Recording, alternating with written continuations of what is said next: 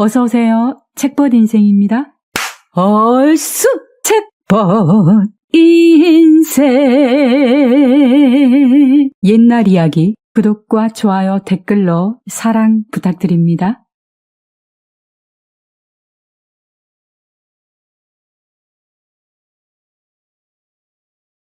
조선시대 때 평안북도 선천에 배수종이라는 사람이 살고 있었다.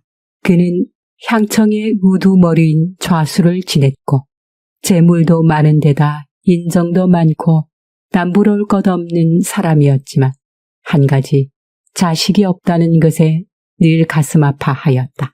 그러나 지성이면 감천이라고 두 부부가 지극정성으로 기도를 올리고 자식을 간절히 원한 마음이 하늘에 닿았는지 배수종의 부인이 아기를 갖게 되었다.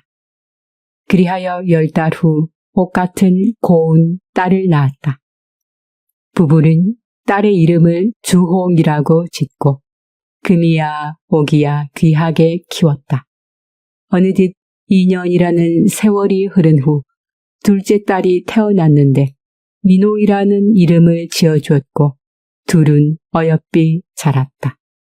주홍과 민홍 자매는 모두 얼굴이 아름다웠으며 효심이 깊었고 재주 또한 뛰어나 부부는 두 딸을 몹시도 사랑하였다.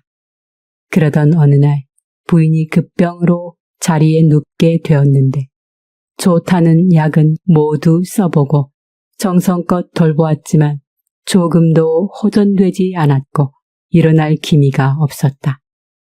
아픈 어머니를 지켜보던 주홍과 민홍은 너무도 슬퍼 어머니의 병을 낫게 해달라고 울며 밤낮으로 빌었지만 아무런 소용이 없었다.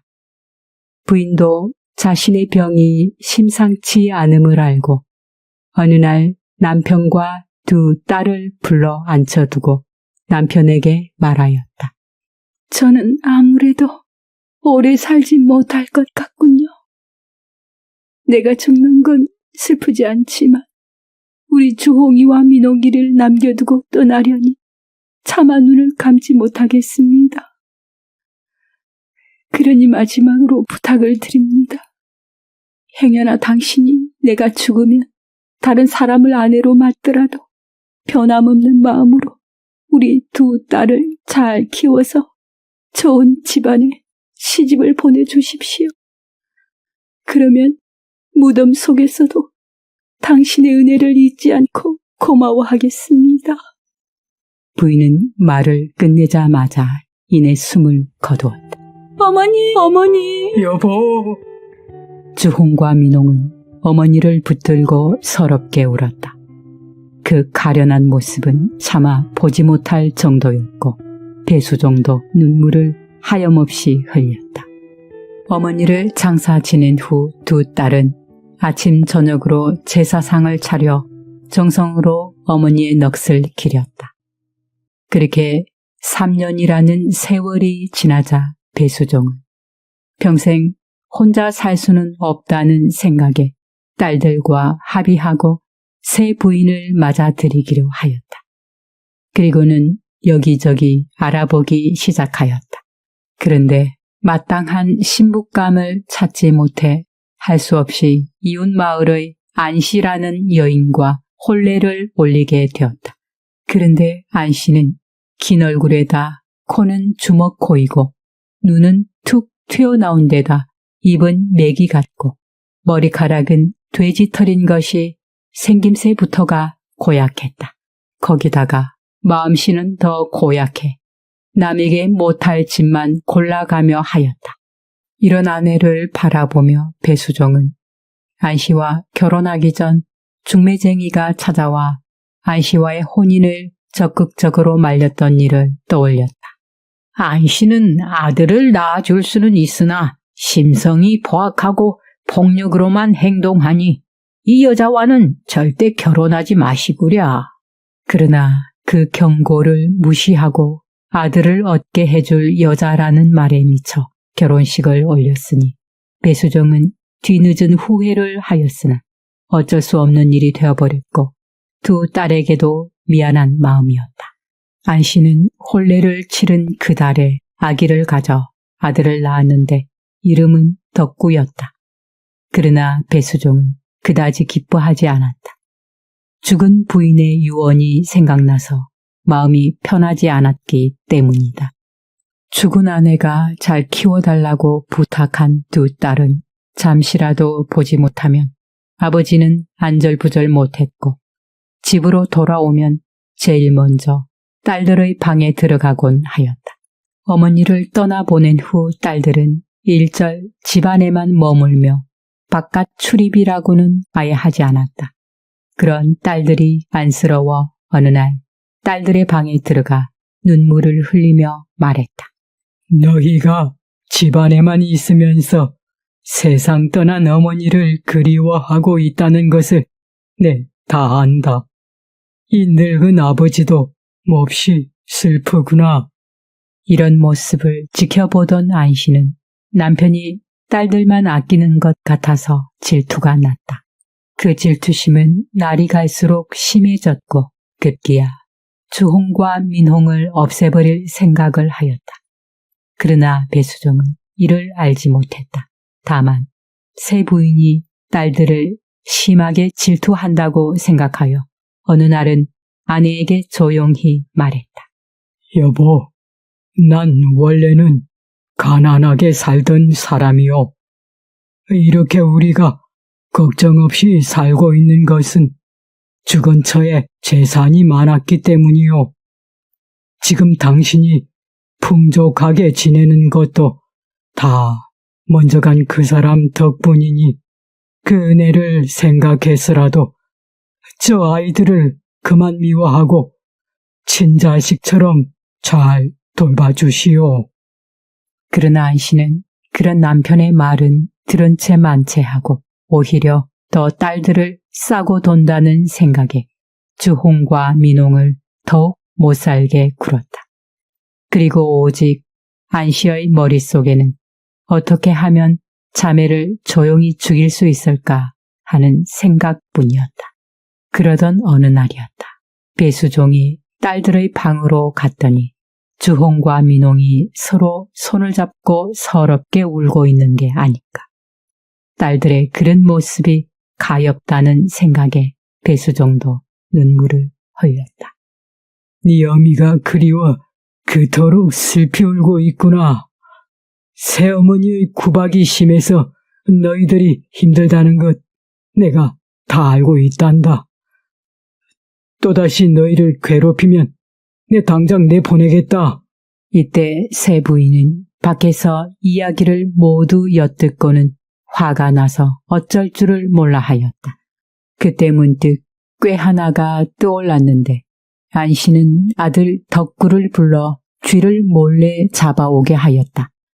그리고 안 씨는 아들 덕구가 잡아온 쥐의 껍질을 벗기고 짓이겨 마치 사산한 태아처럼 만들어 딸들의 방으로 몰래 가지고 들어갔다.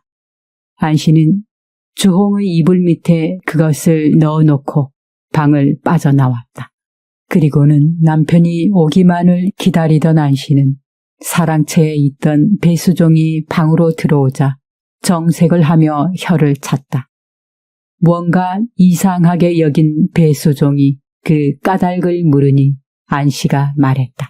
집안에 좋지 않은 일이 계속 일어나지만 당신이 제 말을 믿어주지 않을 것 같아 여태껏 말을 못했습니다. 당신은 딸들을 지나치게 사랑해서 자식이 어떤 잘못을 저지르고 있는지 모르고 계십니다. 저도 친어미가 아닌지라 짐작만 하고 있었지요.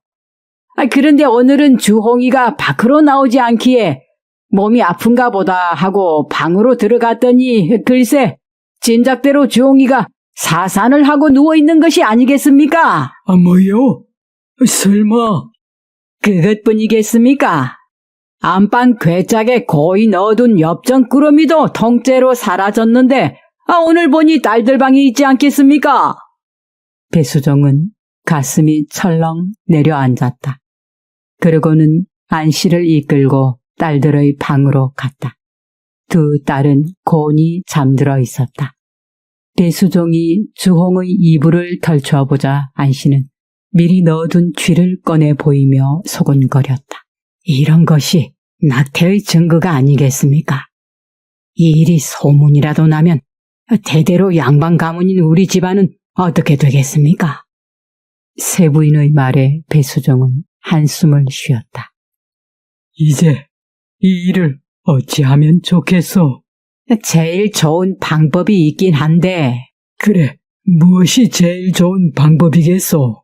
남들이 눈치채기 전에 주홍이를 없애면 소문이 나지 않을 것입니다.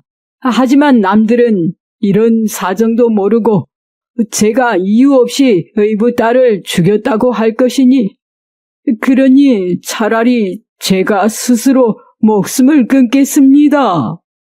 배수종은 깜짝 놀라 안씨를 말렸다. 그런 소리 마시오.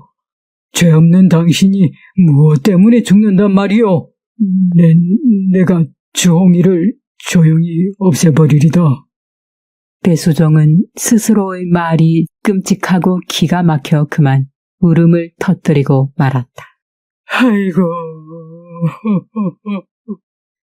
그토록 사랑하는 내 딸 주홍이가 낙태를 하다니, 그런 내 딸을 죽여야 하다니.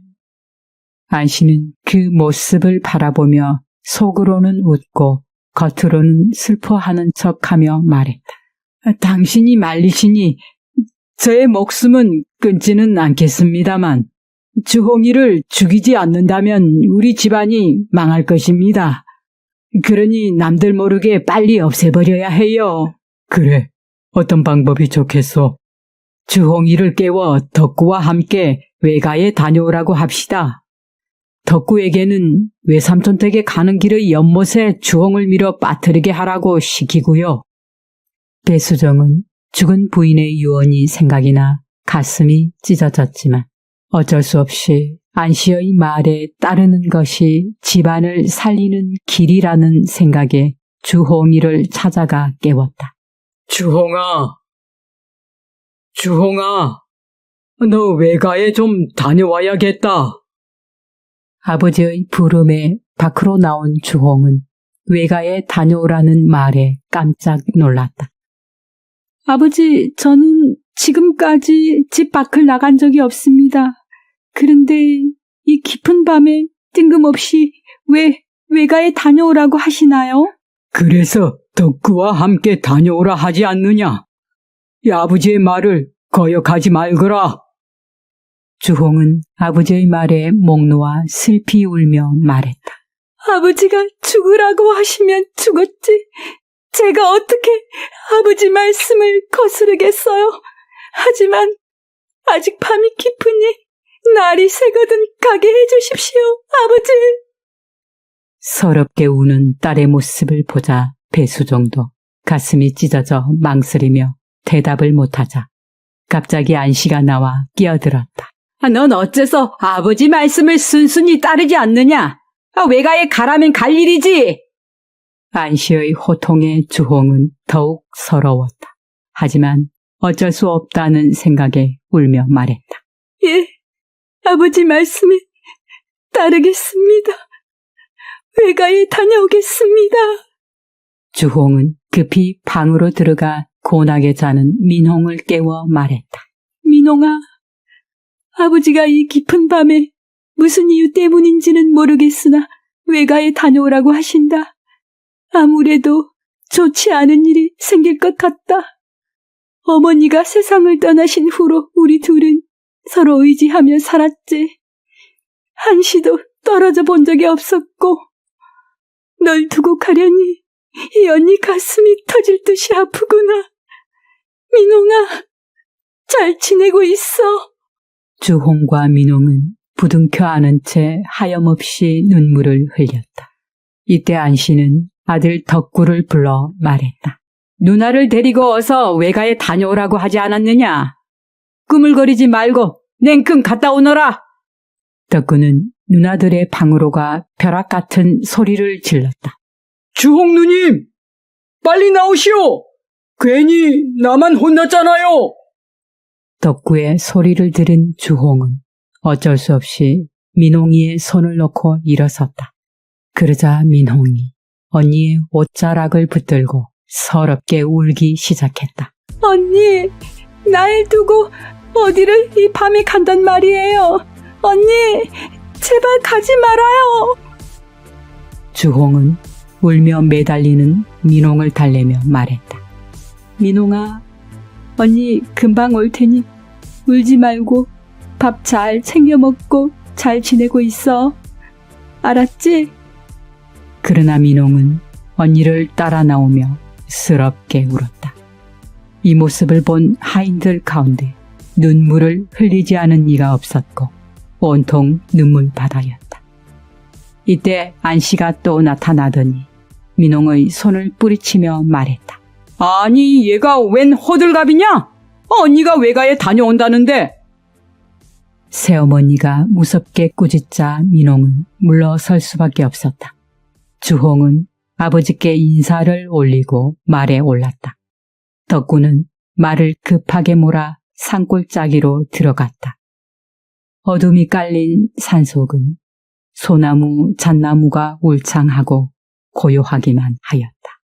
달빛은 환하게 비추고 두견새 소리는 구슬펐다. 숲 가운데에는 깊이를 알 수 없는 큰 연못이 있었는데 보는 것만으로도 정신이 아득했다. 그때 덕구가 말했다. 그만 여기서 내려요. 내리라니, 여기서? 지금껏 누님이 잘못한 것을 생각해 보세요. 우리 어머니가 워낙 착해서 모르는 척 했지만 다 알고 계셨어요. 어머님 재물에 손을 대질 않나. 또 무엇보다 낙태한 일이 세상에 알려지면 안 되잖아요. 그래서 누님을 이 연못에 밀어 넣으라고 하셨어요. 그러니 어서 연못 속으로 뛰어들어요. 그러고는 덕구가 주홍을 말에서 끌어내렸다. 청천벽력 같은 말에 주홍은 넋을 잃다시피 하였다. 하늘이 야속합니다. 이렇게 억울한 누명을 쓰고 연못에 빠져 죽게 되다니 하늘도 정말 무심하십니다. 주홍은 슬피 울다가 정신을 잃기까지 하였지만 그런 모습을 바라보는 덕구는 눈 하나 깜짝하지 않았다. 어차피 죽을 목숨 빨리 연못에 뛰어들라니까. 주홍은 정신을 애써 가다듬었다. 덕구야, 내 말 좀 들어봐. 우린 어머니가 다르지만 아버지는 같아. 우리는 남이 아니라 남매 아니냐? 그러니 이 누나의 부탁을 좀 들으다오. 영영 저승으로 갈 몸 잠시 시간을 주겠니? 돌아가신 어머니 무덤에 마지막 인사를 하고 싶구나. 그런 다음 연못으로 뛰어들겠다. 그러나 덕구는 이번에도 눈도 끔찍하지 않았다. 주홍은 더욱 슬퍼 하늘을 쳐다보며 슬피 울었다. 하늘이시여, 제 나이 7살에 어머니를 잃은 후 눈물로써 지냈습니다. 새어머니는 저희 자매를 몹시 구박했고 저희 둘은 돌아가신 어머니를 그리워하며 매일 울었습니다. 그렇게 살다가 이제 물에 빠져 죽게 되었나이다. 이 억울함을 바로잡아 주소서. 제가 떠나면 동생 민홍이가 홀로 남게 됩니다. 동생을 불쌍히 여기시어 저와 같은 삶을 살지 않게 도와주소서. 기도를 마친 주홍이 신발을 벗어두고 연못 속으로 뛰어들려는 순간 덕구가 기다렸다는 듯 힘껏 밀어버렸다. 그러자 물결이 하늘로 치솟고 찬바람이 세차게 일더니 커다란 호랑이 한 마리가 나타났다. 호랑이는 덕구에게 달려들며 꾸짖었다. 네 어미는 죄 없는 자식을 누명을 씌워 죽였구나. 곧 천벌을 받을 것이다. 호랑이는 덕구의 온 몸을 물어뜯고는 온데간데 없이 사라졌다. 덕구는 정신을 잃고 그 자리에 쓰러졌다. 그러자 주홍이 타고 온 말이 놀라 집으로 달려갔다. 한편 안씨는 덕구가 돌아오지 않아 걱정을 하고 있었다. 그때 밖에서 웬 소리가 나서 내다보았더니 말이 저 혼자 돌아온 것이 아닌가. 너무도 놀란 안씨는 하인들에게 덕구를 찾아오도록 했다.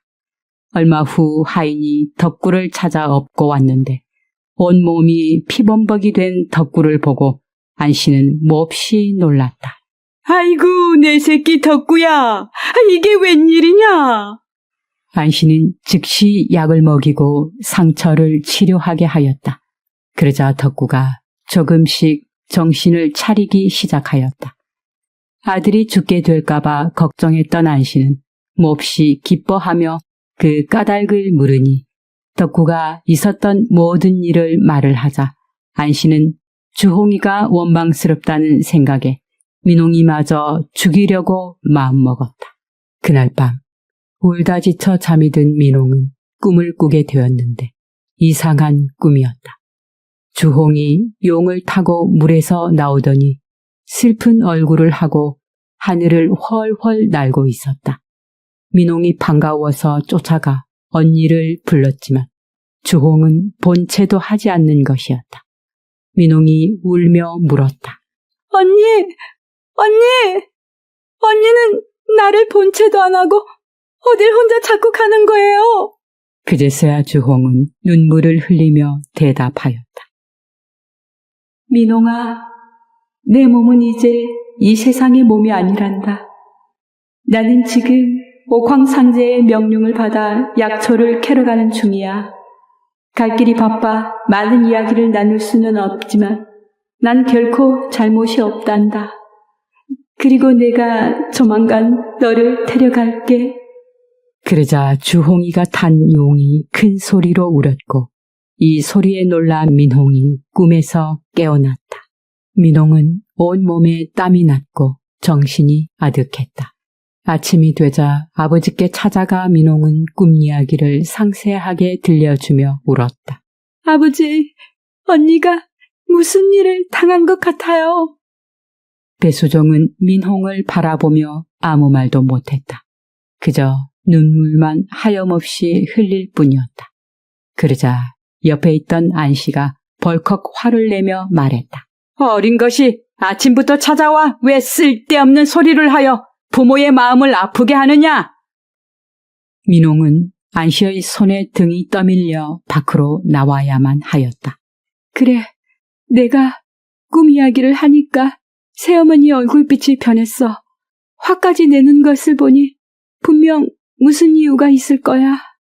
며칠 후 안씨가 밖에 나가고 없는 사이 민홍은 덕구를 몰래 불러 어르고 달래 언니의 일을 물으니 덕구는 사실 그대로 말해주었다. 언니의 죽음을 알게 된 민홍은 정신을 잃고 쓰러졌으나 얼마 뒤 정신을 차리고는 소리내어 슬피 울었다. 가엾은 언니, 흉악한 새어머니 때문에 꽃다운 나이에 목숨을 잃고 말았구나. 이 원한을 어떻게 풀 수 있을까? 어찌해야 언니의 억울한 한을 풀어줄 수 있을까? 5살에 어머니를 잃고 오직 언니만 의지하며 살았는데 이제 나는 누구에게 의지하며 살아야 하나? 나도 언니처럼 되지 말라는 법 없잖아. 그럴 바에야 차라리 스스로 목숨을 끊어 언니를 따라가겠어. 민홍은 언니가 죽은 곳을 찾아가기로 하였다. 밤새 언니의 억울한 누명을 꼭 밝혀야 한다는 내용과 함께 아버지께 편지를 써서 마지막 인사로 남기고 새벽녘이 되어서야 조용히 집을 빠져나왔다. 한참을 걸어 깊은 산속에 다다르니 커다란 연못이 나타났다. 안개가 자욱한 물 위에서 무득 슬픈 울음소리가 나는 듯 했다. 민홍이 그쪽을 다가가 근처를 샅샅이 살펴보니 연못가에 꽃신 한 켤레가 놓여져 있었다. 아니, 저건 언니가 여기서 빠졌구나. 민홍은 신발을 보며 슬피 울었다. 언니! 언니! 민홍이의 슬픈 울음소리가 어두운 연못가를 밝히자 언니의 목소리가 들려오는 듯하였다. 민홍아, 민홍은 자신을 부르는 언니의 목소리에 깜짝 놀라 바라보니 잔잔한 물살 위로 언니의 모습이 보였다. 민홍아, 귀한 목숨을 왜 버리려고 하니? 돌아가신 어머니를 위해서라도 이러면 안 되는 거란다. 어서 집으로 돌아가거라. 너라도 잘 살아야지. 언니! 언니! 민홍은 소리쳐 주홍을 불렀지만 연못 속에서는 더 이상 아무런 소리도 들리지 않았다. 민홍은 꽃신을 벗어 언니 신발 옆에 나란히 놓고 언니가 서 있던 연못으로 한 발짝 한 발짝 걸어 들어갔다. 물이 점점 가슴까지 차올랐고 언니가 사라진 깊은 물속으로 울면서 하염없이 걸어 들어갔다. 그리하여 민홍도 언니 뒤를 따라 죽음을 맞이하였다. 주홍과 민홍이 죽은 후 마을에는 이상한 일이 벌어졌다. 새로 부임해 오는 사또마다 죽음을 맞는 것이었다. 관아에 귀신이 나온다는 소문도 파다하였다.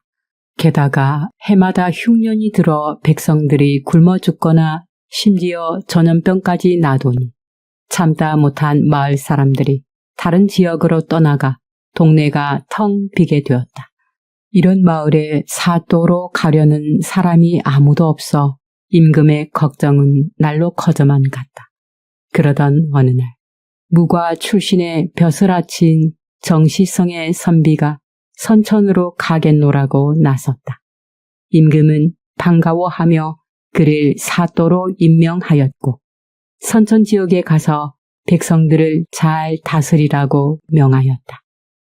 평안도 선천에 도착한 정사또는 이방을 불러 물었다.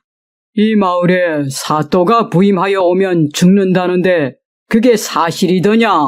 예, 사실입니다.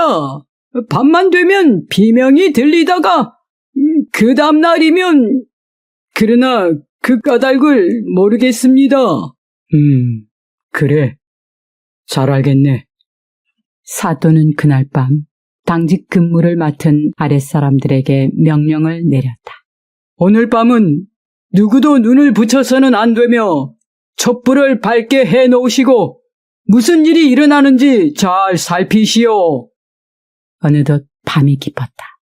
정사또가 책을 읽고 있는데 갑자기 찬바람이 일더니 무슨 소리가 들리는 듯 했다. 원님, 원님. 그러더니 한 아름다운 여인이 방으로 들어와 절을 하는 것이었다. 귀신이다. 바로 민홍이었다. 정사또는 기절할 듯 놀랐으나 정신을 잃지 않으려 애쓰며 물었다. 너는 누구길래 이 깊은 밤에 나를 찾아왔느냐? 원님, 억울하옵니다. 저희의 억울함을 풀어주십시오. 그래, 그 억울한 일이란 것이 대체 무엇이냐?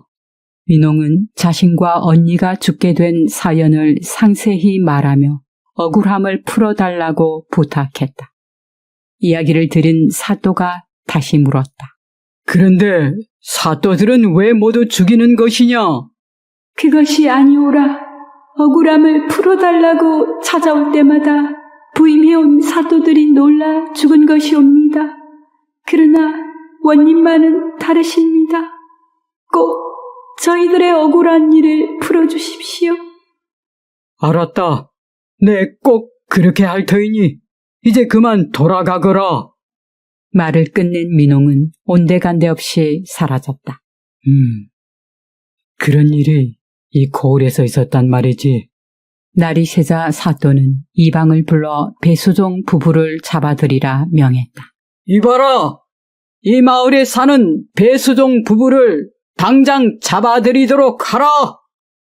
포졸들과 이방은 간밤에 죽지 않고 살아있는 정사또를 보고 깜짝 놀랐다. 사또의 명을 받은 포졸들은 배수종의 집으로 찾아가 아침을 먹던 배수종 부부를 불러내어 포승줄로 묶어 원님 앞에 대령시켰다. 사또가 잡혀온 배수종에게 물었다. 그대는 두 딸이 억울하게 죽었다고 하는 사실을 알고 있어? 예, 몹쓸 병이 걸려 병으로 죽었사옵니다. 무슨 병으로 죽었는가? 바른 대로 말하지 않으면 이 자리에서 볼기를 맞고 죽음을 면하지 못할 것이니라. 배수종은 흑빛이 된 얼굴로 아무 말도 못하자 안씨가 놀라며 말했다. 제가 사실대로 말하겠습니다. 맏딸 민홍은 아이를 낙태한 후 연못에 빠져 스스로 죽었고 또 동생도 제 언니를 닮아 행실이 나빴는데 어느 날 집을 나가 지금껏 소식이 없습니다. 그 말이 사실이라면 낙태한 것을 증명해 보여줄 수 있겠느냐?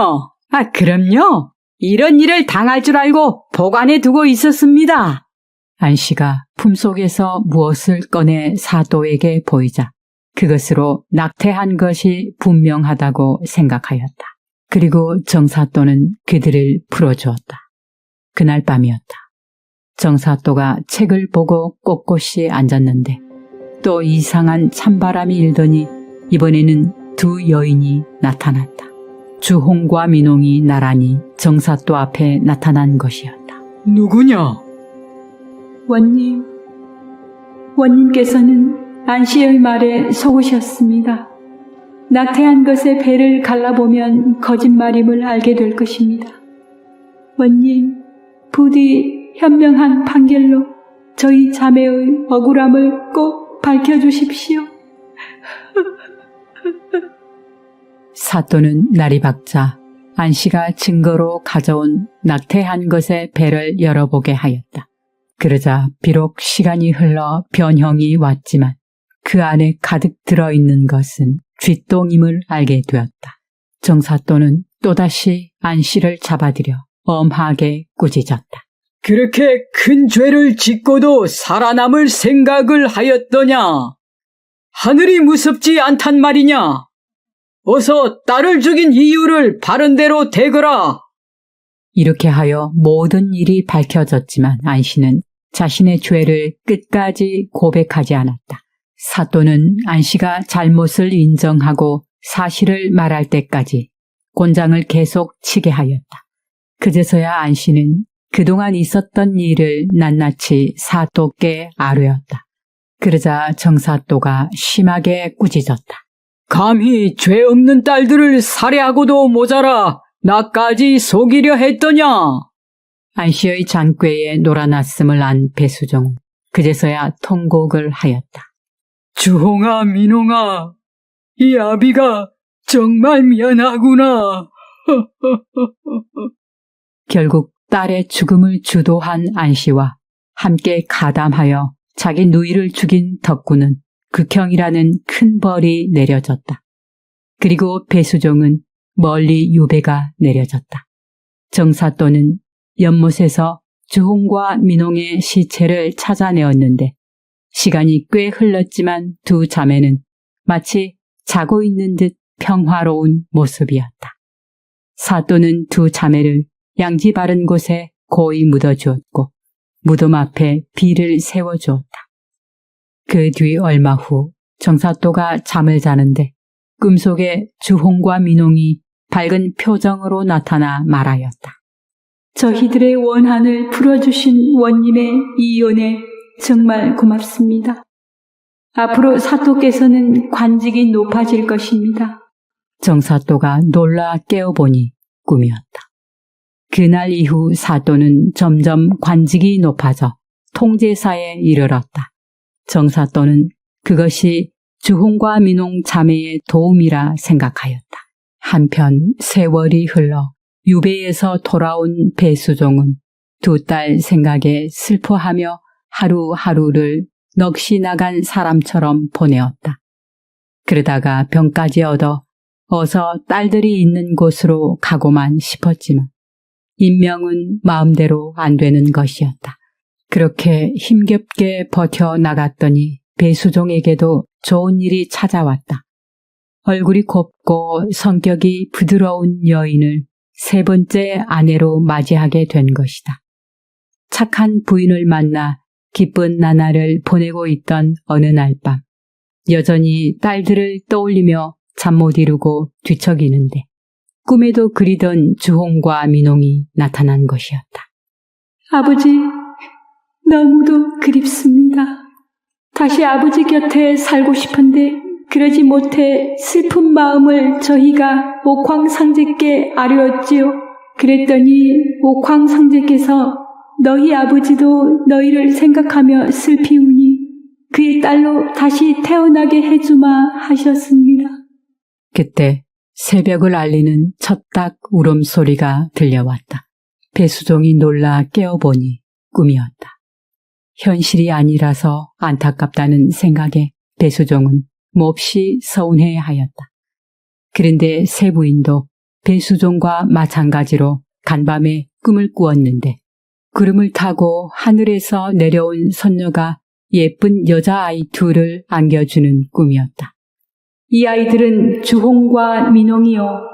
옥황상제께서 불쌍히 여기시어 이 두 아이를 점지하였으니 고이 잘 기르시오. 새 부인은 꿈이 하도 이상해 남편에게 꿈 이야기를 해주었다.